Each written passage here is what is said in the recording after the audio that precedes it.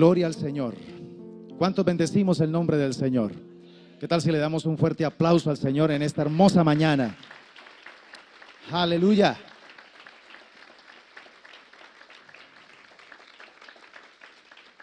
Muy contento y muy bendecido por poder tener una vez más el privilegio de dirigirme a cada uno de ustedes, mis amados hermanos, iglesia preciosa, a nuestros amigos que nos están visitando por primera o segunda vez, y también a todos nuestros amigos y hermanos que nos siguen a través de esta transmisión en vivo. Que Dios les bendiga y que puedan recibir lo que Dios ha preparado para este momento en sus corazones.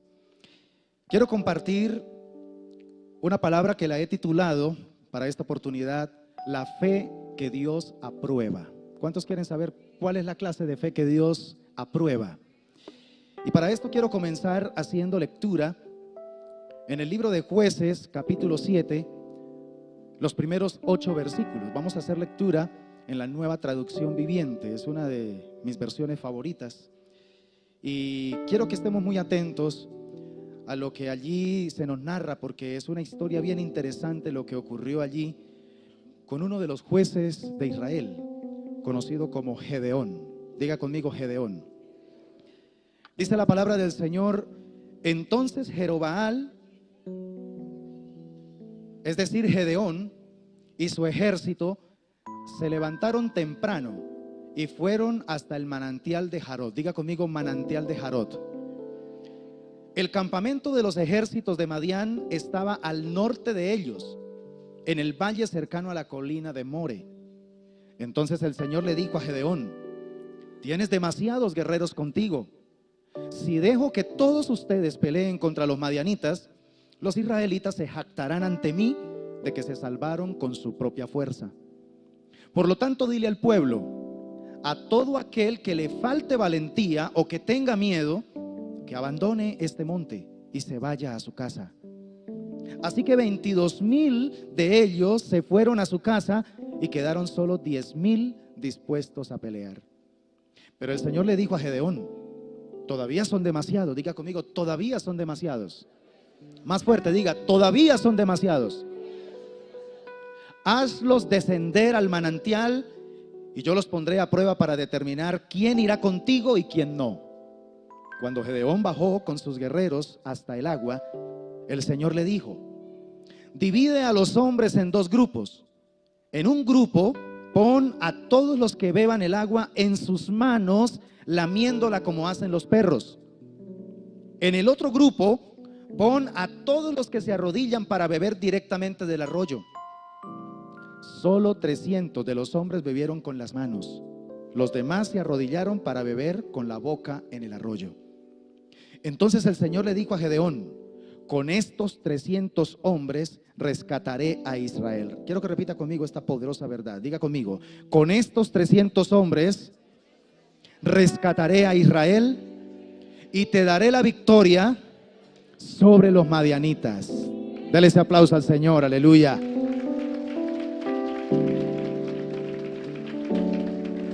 Con estos 300 hombres rescataré a Israel y te daré la victoria sobre los madianitas. Envía a todos los demás a su casa. Así que Gedeón recogió las provisiones y los cuernos de carnero de los otros guerreros y mandó a cada uno de ellos a su casa, pero se quedó con los 300 hombres. El campamento madianita estaba en el valle directamente abajo de donde se encontraba Gedeón. Amén. Lo primero que quiero resaltar en lo que vamos a estar estudiando en esta mañana a través de este texto de la palabra es que definitivamente Dios sabe muy bien dónde encontrar instrumentos apropiados para cumplir su propósito. Amén. Dios lo sabe muy bien. A veces cuando Dios llama a alguien, ese alguien no se siente preparado, se siente temeroso, se siente asustado, se siente la persona más indigna. Y sin embargo el Señor, como le dijo a Gedeón, le dice: varón esforzado y valiente. Dios nunca se equivoca cuando llama a alguien para algo, porque Dios conoce nuestro corazón. Sin embargo, escúcheme lo que sucedió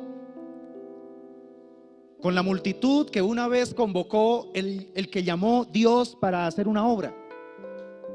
La Biblia dice que cuando Gedeón convocó a los hombres para ir a pelear contra los madianitas, ¿cuántos acudieron al llamado?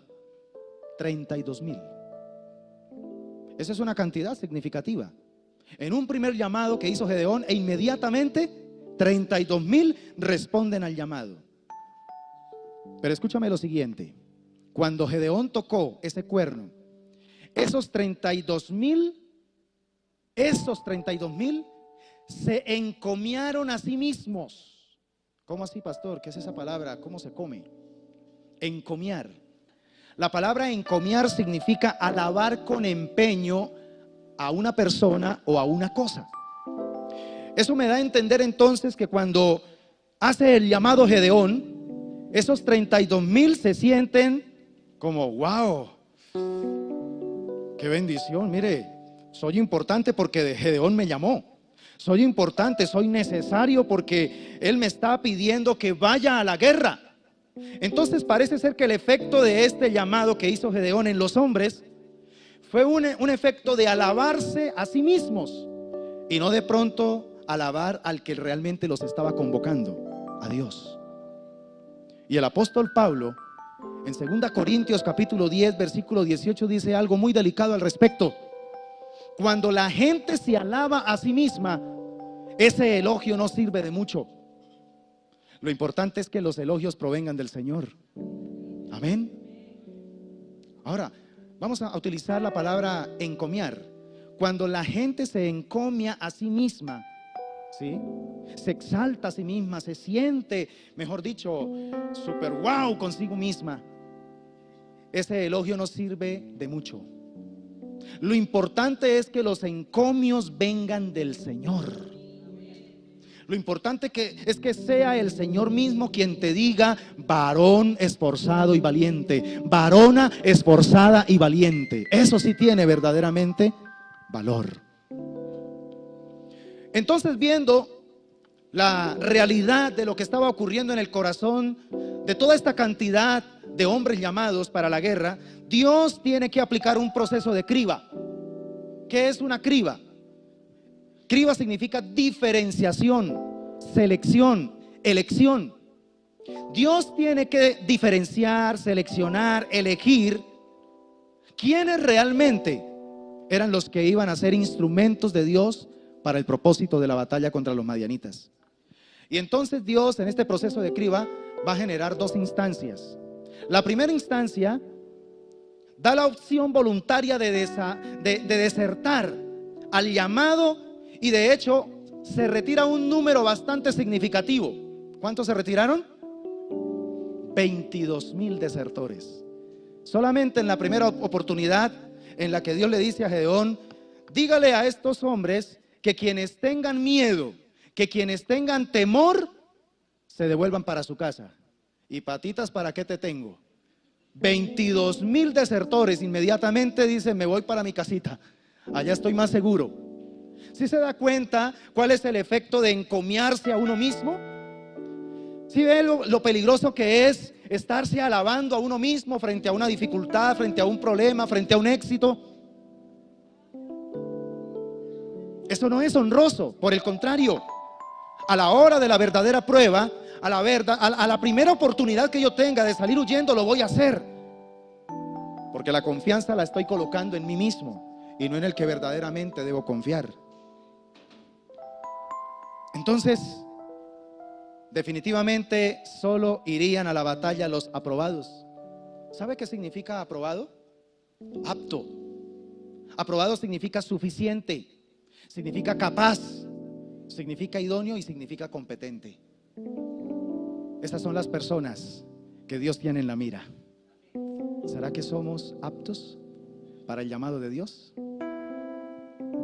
Ahora, yo quiero que analicemos de manera más profunda este pasaje bíblico, porque la palabra de Dios es la que entrega autoridad para direccionar nuestros corazones. Amén. Amén. Entonces, vamos a mirar qué cosas interesantes encontramos en este pasaje tan especial. Lo primero que encontramos es una matemática extraña que desafía la lógica humana. El versículo 2, en palabras de Dios, a Gedeón dice lo siguiente: entonces el Señor le dijo a Gedeón: tienes demasiados guerreros. ¿En qué mente humana cabe que al hacer Gedeón un llamado y acuden 32,000 soldados y compara que el ejército enemigo son 120,000, en qué mente humana cabe que 32,000 son muchos, son demasiados para enfrentar al enemigo? Esta es la lógica del cielo, iglesia. La lógica del cielo es la lógica donde Dios desea glorificarse con su presencia. La lógica del cielo nos dice que muchos son demasiados y pocos son suficientes. Amén. Dígale a su vecino: muchos son demasiados y pocos son suficientes. Nuestra propia fuerza y nuestra propia sabiduría siempre serán demasiados para Dios. Por eso es que la Biblia dice que tiene más esperanza un necio que el que se alaba a sí mismo, que el que confía en su propio corazón. Es más necio que un necio el que neciamente confía en sí mismo. Primera a los Corintios capítulo 1 versículo 29 claramente dice: como resultado, nadie puede jamás jactarse en presencia de Dios. Tenemos que volver a recuperar, como dijo W. Tozer, tenemos que volver a recuperar la capacidad de respetar a Dios. Nos estamos volviendo muy parceritos con Dios. Nos estamos volviendo muy, wow, Él es mi pana, Él es mi amigo, Él es el que me ayuda, Él es el que está conmigo en las buenas y en las malas. Sí, pero ten cuidado cuando minimizas al Dios todopoderoso, al Dios que es amor pero también es fuego consumidor, porque puedes caer en ese terreno superfluo en el que puedes terminar adorando al Dios que tú crees que Él es. Recuperemos la capacidad de adorar al Dios que Él verdaderamente es, un Dios que no me necesita a mí, porque es que a veces pensamos que Él nos necesita. Y entonces, si no me cumplió un capricho, entonces no vuelvo a la iglesia. Y entonces, como oré y el Señor no me escuchó, no me respondió como yo pensaba, entonces voy a dejar de diezmar y de ofrendar. Y entonces voy a dejar de activarme en un ministerio. Y pensamos que con eso le estamos haciendo daño a Dios. Dígale a la persona que está a su lado: Dios no te necesita. Pero dígaselo así, mirándolo de frente: Dios no te necesita.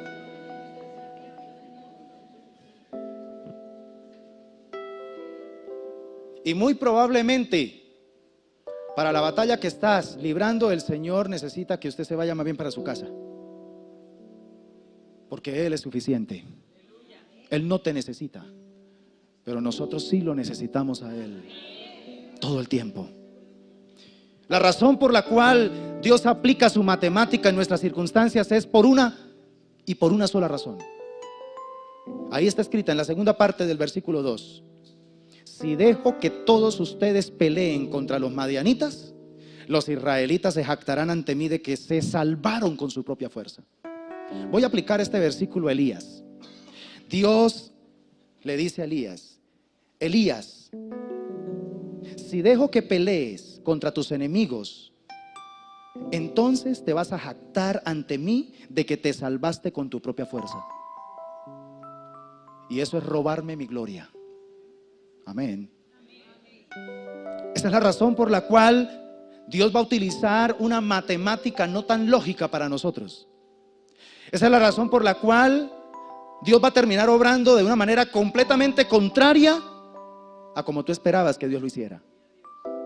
Muchos son demasiados, pero pocos son suficientes. Porque es que Dios a los fatigados les da vigor.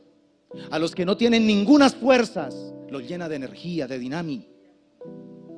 Isaías 40:29 dice: Él da poder a los indefensos y fortaleza a los débiles.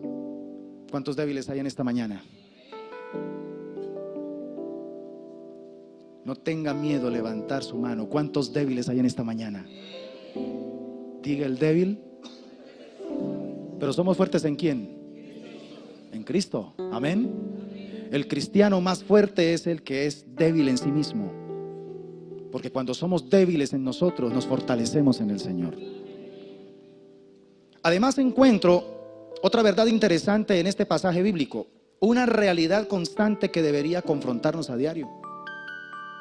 El versículo 3 dice algo muy inquietante. Por lo tanto, dile al pueblo, a todo aquel que le falte valentía o que tenga miedo, que abandone este monte y se vaya a su casa. Así que 22,000 de ellos se fueron a su casa y quedaron solo 10,000 dispuestos a pelear. Tengamos en cuenta, amada iglesia, que siempre los cobardes y los egoístas son un serio obstáculo para la obra de Dios. Ahora sí entiende por qué dentro de la lista que está en Apocalipsis, de los que van a estar fuera del reino de los cielos, están los cobardes. Ahora sí entiende por qué el apóstol Pablo le dice a su hijo espiritual Timoteo: Dios no nos ha dado espíritu de cobardía, sino de poder, de amor y de dominio propio. Porque la cobardía es un obstáculo terrible para poder avanzar en la obra que Dios nos ha encomendado. Cuando tú miras, por ejemplo, Deuteronomio capítulo 20, versículo 8, allí se encuentran algunas ordenanzas que Dios a través de Moisés le entregó al pueblo específicamente para ir a la guerra. Y dentro de todas las cosas que le dice, hay algo interesante. Le dice: luego los jefes también dirán, ¿alguno de ustedes tiene miedo o está angustiado? O sea, Dios ordena que los generales le digan al ejército que está presto para ir a pelear, les dé la oportunidad de hacerles una pregunta. ¿Hay alguien aquí que en estos momentos tiene miedo, tiene cobardía, no se siente seguro de ir al campo de batalla? Y entonces, ¿qué sigue diciendo el texto? De ser así, puede irse a su casa antes de que atemorice a alguien más. Por eso digo, una realidad constante que debería confrontarnos a diario. Iglesia, tengamos demasiado cuidado con el desánimo de los cobardes. Dígale a su vecino: cuídate de los cobardes. ¿Por qué tenemos que cuidarnos de los cobardes? No sea que también terminemos afectados y afectando la obra del Señor. El Señor no viene por una iglesia llena de cobardes. El Señor viene por una iglesia con mentalidad de soldados y guerreros. Yo no entendía, y esto se lo dije esta mañana al liderazgo de la iglesia, yo no entendía por qué el Señor le da tanto valor al tema de la guerra. Porque es que nosotros vamos a librar literalmente la última guerra que habrá en el mundo cósmico, en el espacio. Al finalizar el milenio, nosotros descenderemos junto con Jesucristo y pelearemos hombro con hombro contra las fuerzas de Satanás y contra todas las personas que Él logró volver a reunir después de 1000 años de un gobierno de paz perfecto. Así que si usted le tiene miedo a la guerra, no eres apto. Lo más probable es que el Señor le va a decir: entonces devuélvase, váyase para su casa. Yo no quiero que el Señor me diga: ¿tienes miedo? Entonces devuélvase. Yo quiero que el Señor me diga: siervo esforzado y valiente, en lo poco fuiste fiel, en lo mucho te pondré. Ven a pelear, ven a mis filas, vamos juntos a obtener la victoria. Si alguno se aparta de las filas a las que fue llamado, es porque en espíritu nunca había estado dentro. Y como lo dijo el apóstol Juan, este es un versículo muy interesante, Primera de Juan 2:19, léalo atentamente. Primera de Juan 2:19. Esas personas salieron de nuestras iglesias, pero en realidad nunca fueron parte de nosotros. De haber sido así, se habrían quedado con nosotros. Al irse, demostraron que no eran parte de nosotros. Aquí está hablando el apóstol Juan de los desertores. Usted tiene que enfocarse, mi hermano, en ser un perseverante en la fe. Y tiene que entender que mientras estemos en esta vida vamos a tener que lidiar con problemas, con dificultades, con hermanos complicados, con crisis, con situaciones adversas. Pero también van a haber momentos bonitos, van a haber momentos gozosos, van a haber momentos alegres. No todo es dolor y tristeza en la vida en Cristo. También hay victorias, hay glorias, hay bendiciones. Pero ni lo uno ni lo otro tiene que tener la capacidad de llevarnos a acomodarnos. No. Tanto lo uno como lo otro tiene que recordarnos más bien de que estamos de paso, de que somos extranjeros y peregrinos, que andamos es de milicia, andamos es de misión. Nuestra ciudadanía está ¿en dónde? En el cielo. Hay predicadores que se están burlando hoy de esa verdad bíblica. Estos hermanos que se creen ciudadanos del cielo ya no viven aquí en el planeta Tierra. Claro que sí, vivimos en el planeta Tierra. Pero aunque estamos en este mundo, no somos de este mundo. Amén. Una cosa es estar aquí, otra cosa diferente es saber que no somos de aquí. ¿Tú eres de aquí? ¿De dónde eres, hermano? Que se note.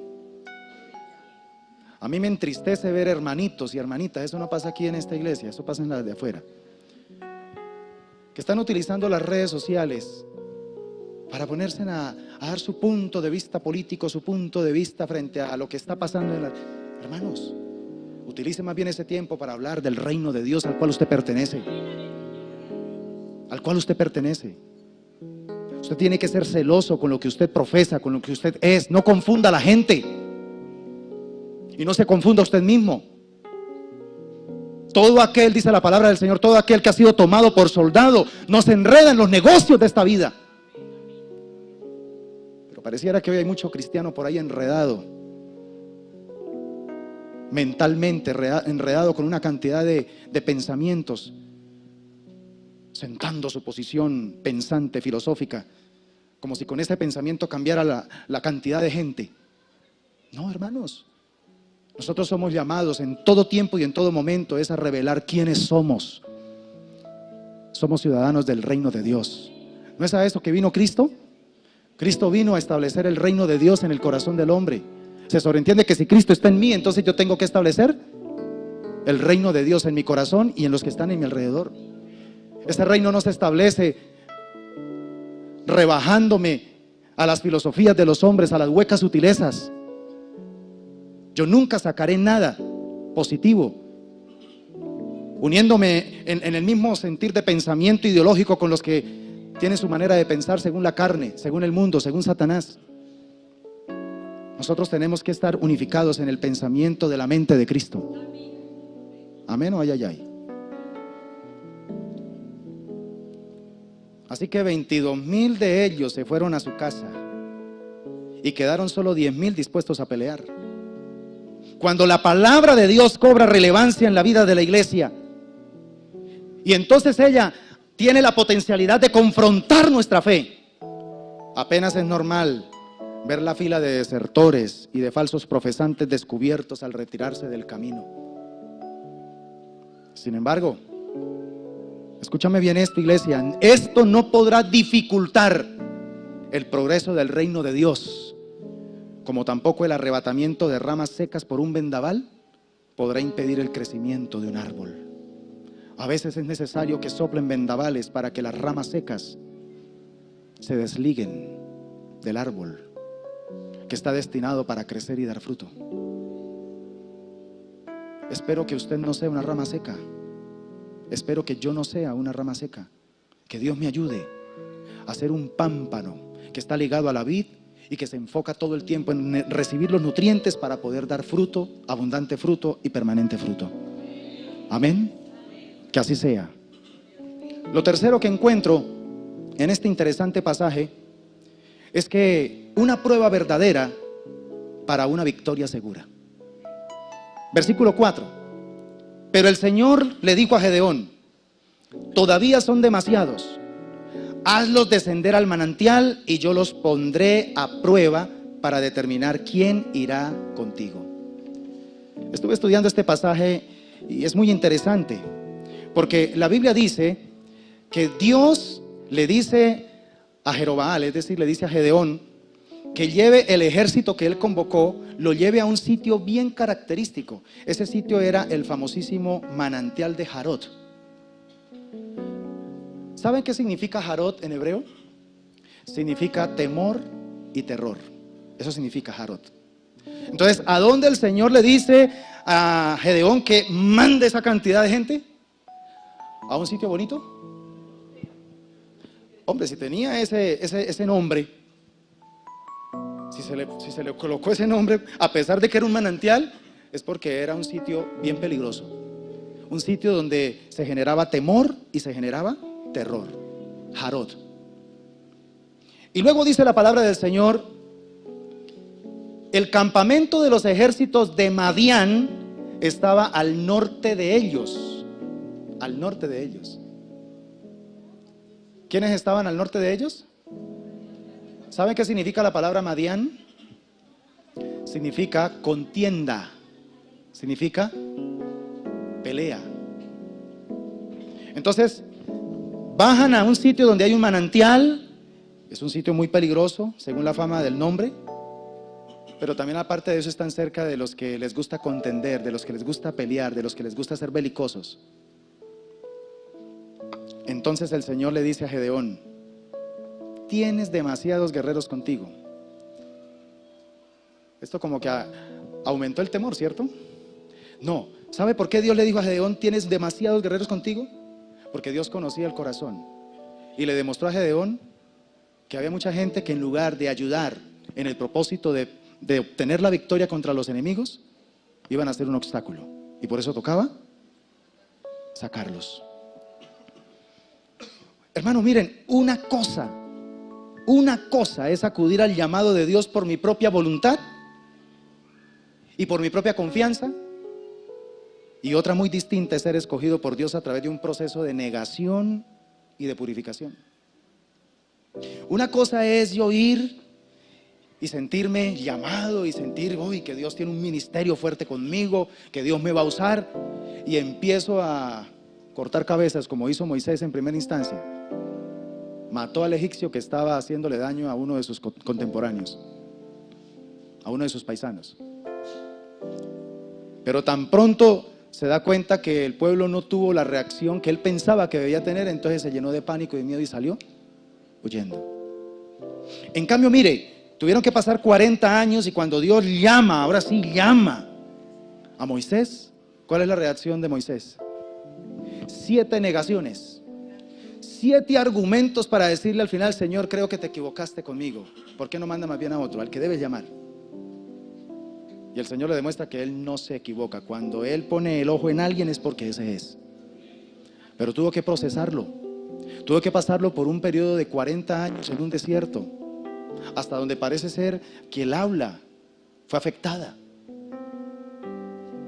Tiempos de soledad, tiempos de autorreflexión, tiempos de introspección, tiempos de darse cuenta que básicamente su vida fue un fracaso. ¿Usted imagina cuántos años allá en el desierto de Madián Moisés lidió con su fracaso?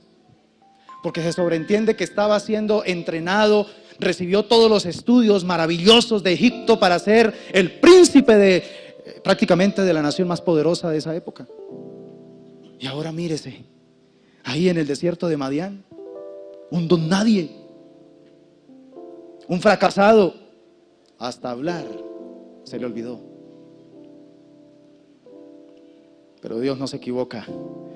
Dios no se equivoca. Cuanto mayor sea la victoria que debamos obtener en nombre de nuestro Señor Jesucristo, más ardiente será el horno de prueba por el que debamos pasar. ¿Estás pasando por prueba? ¿Estás pasando por dificultad? ¿El horno está muy caliente? ¿Está calentado más de lo normal? La buena noticia que te tengo es que el propósito que Dios tiene para ti es muy grande. Es muy grande. Por eso la opción no es salir huyendo, de volverse para la casa. La opción es seguir obedeciendo. Amén. Hay que seguir obedeciendo, aleluya. ¿Qué siervo de Dios usado por Él no se ha encontrado con su sacudimiento y su fuego purificador? Mire los registros bíblicos y se va a dar cuenta que cuando Dios quiso usar a alguien, primeramente lo procesó. Primeramente lo formó. En lugar de llevarlo a una vida de ascenso, primeramente lo llevó a una vida de descenso. Porque a los únicos que Dios puede usar son aquellos que son capaces de morir. ¿Por qué Dios no me puede usar como Dios quisiera usarme? Porque estoy vivo todavía. ¿Cuántos quieren ser usados por Dios? ¿Cuántos están dispuestos a morir? Amén. Mira, Señor, aquí hay un buen grupo de siervos.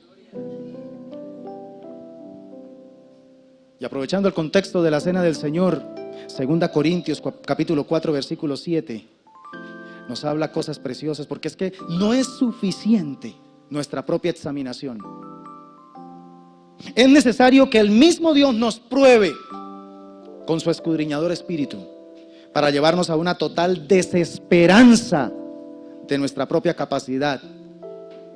Cuando encontremos desesperanza en nuestra propia capacidad, entonces estaremos preparados, hermanos, para gloriarnos solamente en el Señor y en su fuerza poderosa. Porque Dios quiere llevarte a un nivel donde, si es necesario, quiere usarte para resucitar un muerto. Pero Él quiere que ese día, cuando Dios te use para resucitar un muerto, tú estés muerto. Para que cuando ocurra ese milagro, la gloria, la excelencia del poder sea solamente de Él. Y no como pretendemos a veces, hermanos. Es que Dios me usó. Oye, el lenguaje es muy común. Es que Dios me usó. Es que yo profeticé. Es que yo oré. Es que yo. Estamos muy vivos en el altar del holocausto. Sí, estamos en el lugar correcto, pero no queremos que nos caiga fuego. Hay que morir. Hay que morir para que Cristo viva en nosotros. 2 Corintios 4:7 dice: ahora tenemos esta luz que brilla en nuestro corazón, pero nosotros mismos somos como frágiles vasijas de barro que contienen este gran tesoro. Y esto deja bien claro que nuestro gran poder proviene ¿de dónde? Proviene de Dios y no de nosotros mismos. ¿Cuántos dicen amén a esta verdad? Entonces, qué interesante, porque no solamente encontramos una matemática extraña que desafía la lógica humana, no solamente encontramos una realidad triste, ¿cierto?, que debe confrontarnos diariamente, y es el desertar fácilmente de los caminos de Dios, del llamado de Dios. No solamente tendremos que pasar una prueba verdadera para obtener una victoria segura, sino que también yo encuentro en este pasaje una actitud correcta para hacerle frente al enemigo. Al enemigo se le debe hacer frente solo con una actitud correcta. El soldado que no enfrenta al enemigo con la actitud correcta ya está muerto. Pierde. El enemigo se lo come, como decimos. El versículo 5 es muy claro. Mira, cuando Gedeón bajó con sus guerreros hasta el agua, el Señor le dijo: divide a los hombres en dos grupos. Esto me recuerda a lo que va a ocurrir en los años futuros. Pongamos a un lado los corderitos y al otro lado las cabritas. Eso va a pasar. Aquí le dice el Señor: divide a los hombres en dos grupos. En un grupo pon a todos los que beban el agua en sus manos, lamiéndola como hacen los perros. Tenían entonces que descender directamente a la fuente, al manantial. Acuérdese que, ¿cuál es el nombre de la fuente? Harod. Un nombre para nada llamativo, temor o terror. El Señor les dice: bueno, ya quedaron 10,000. Ahora necesito que esos 10,000 no solamente estén en el manantial, sino que vayan y beban del manantial. O sea, todavía el riesgo se aumenta. Y entonces dice: presta la atención, ¿quiénes se van a acercar al manantial para beber agua sin arrodillarse, sino que con la mano, sacan el agua, ¿sí? Y después empiezan a beberla como los perritos toman agua. Y la idea, ¿cuál era? Que mientras estuvieran bebiendo el agua, ¿estuvieran qué? ¿Se ven? Tenían que estar vigilantes. No se le olvide. Y le dice el Señor a Gedeón: presta la atención a esos. Pero también presta la atención quienes van a bajar allá al manantial, y lo primero que van a hacer es arrodillarse y beber directamente con la boca. Allá arrodillados, así. Qué posición tan vulnerable, ¿cierto?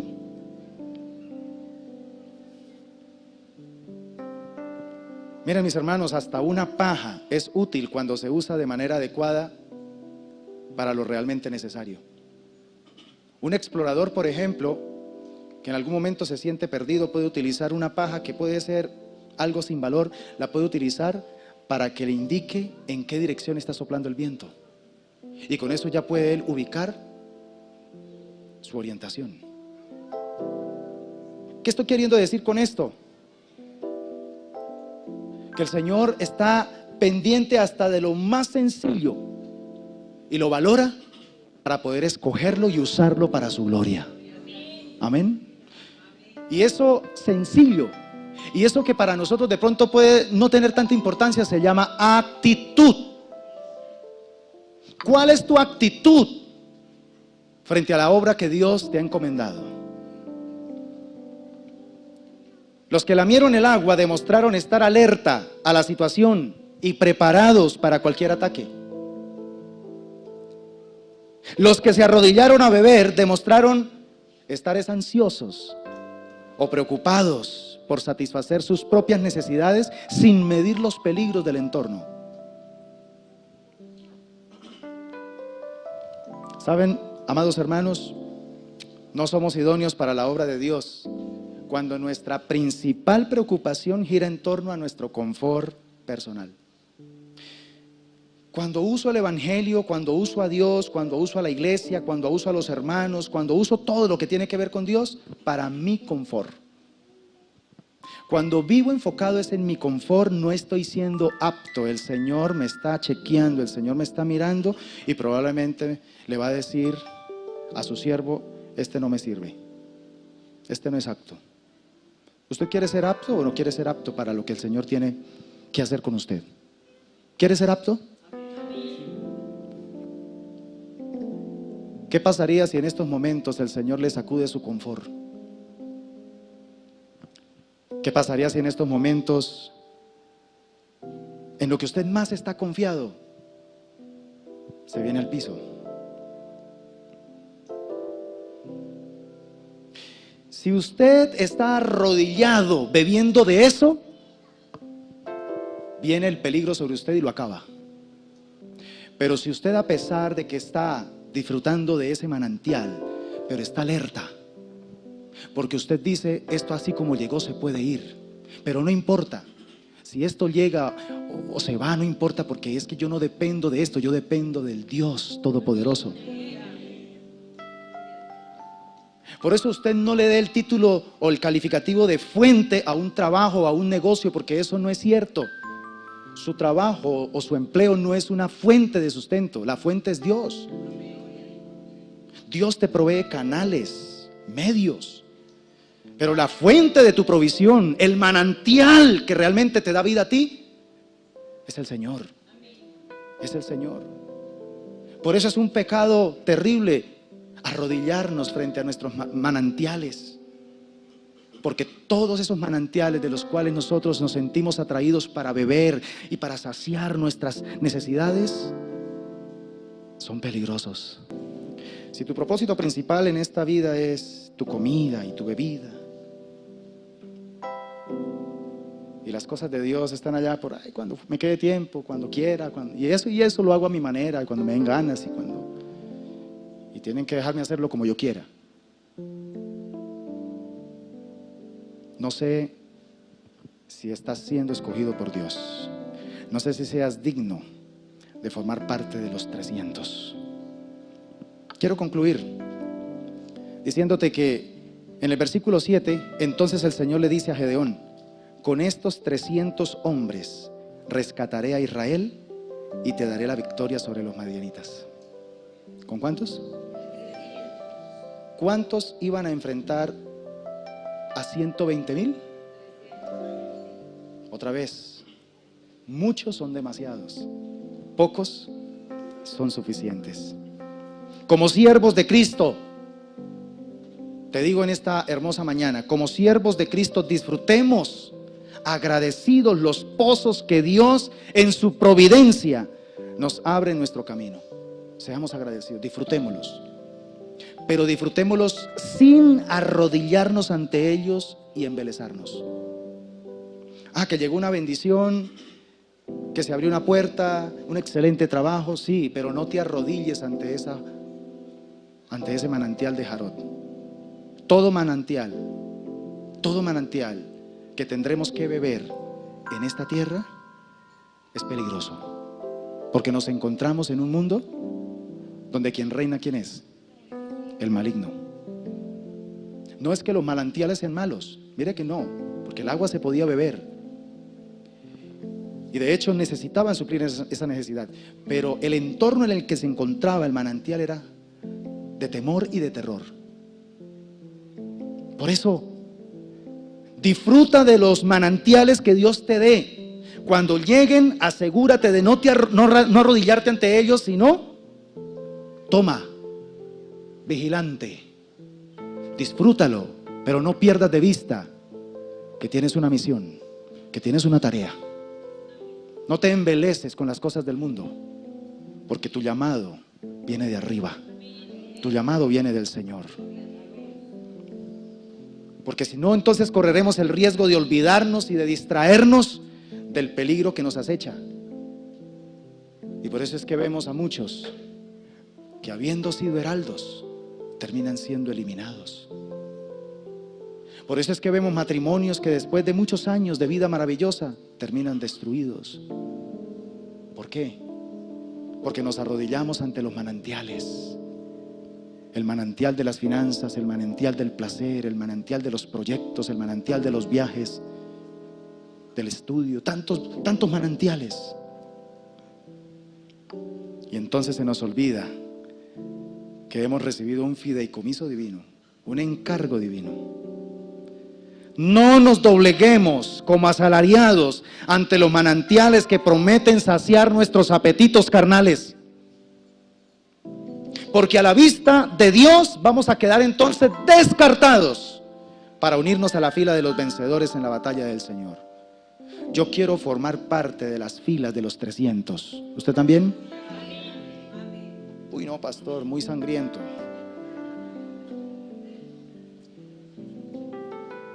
Yo quiero formar parte de la fila de los 300. Porque eso significa entonces que Dios se sentirá orgulloso de mí. Él me va a alabar. ¿Cuántos quieren ser alabados, encomiados por Dios? ¿Cuántos quieren que el día de mañana el Señor diga: mira, este es mi siervo, amado, esforzado, valiente? ¿Usted cómo se sentiría que el Señor diga eso frente a una gran multitud? Aleluya. Pero qué triste que el mismo Dios tenga que decir: apártate de mí, cobarde. Apártate de mí, cobarde. Viviste para ti y me dejaste siempre a un lado. No, hermanos, vayamos ante esos manantiales apresurados por obedecer a Dios. Lamamos agradecidos esos manantiales. ¿Sí ve que les estoy diciendo? O sea, tenemos permiso de disfrutarlos. Lamamos. Usted dice: no, pero uno disfruta más un vaso de agua, es así, ¿cierto? O directamente con la boca, enfocado en eso. Es que así casi uno no disfruta. Esa es la ley de la vida, mis hermanos. No vinimos aquí a estar relajados, estamos en guerra. ¿Sí o no? Uy, pastor, estamos en guerra. El mundo entero está bajo el maligno y sin embargo el reino de los cielos se ha acercado. Si mataron a Jesucristo, ¿por qué no nos matan a nosotros? Si hablaron mal de Jesucristo, ¿por qué no van a hablar mal de nosotros? Entonces, hoy están hablando mal de nosotros los cristianos y entonces nos rebajamos también a defendernos. ¿Jesucristo se defendió?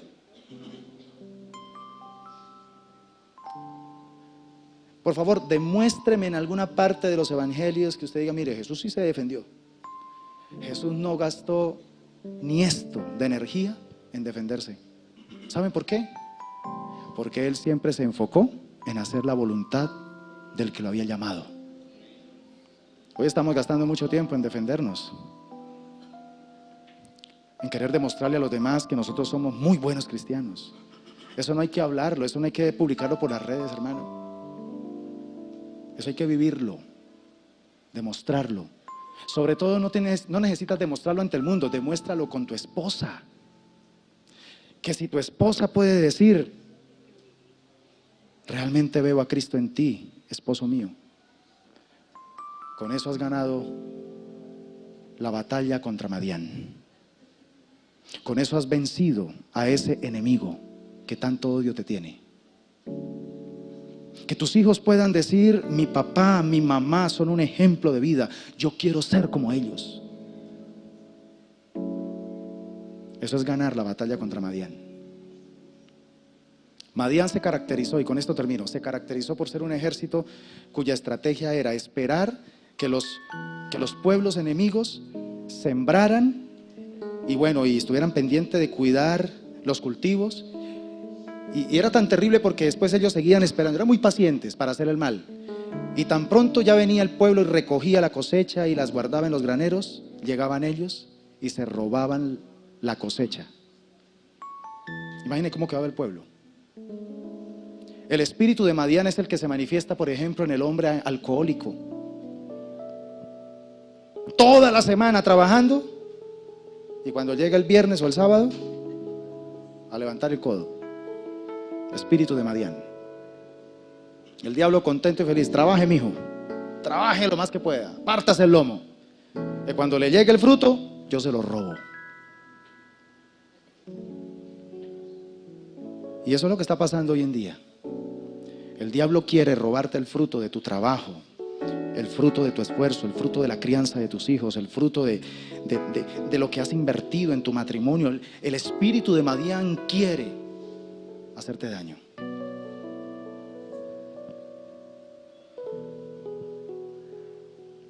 Entonces, hermanos, vayamos ante esos manantiales apresurados por obedecer a Dios y lamamos agradecidos la bendición que de momento nos permite Él disfrutar. Y con esto termino. Esa es la fe que Dios aprueba, la fe de los 300. Colóquese en pie, por favor, y vamos a orar.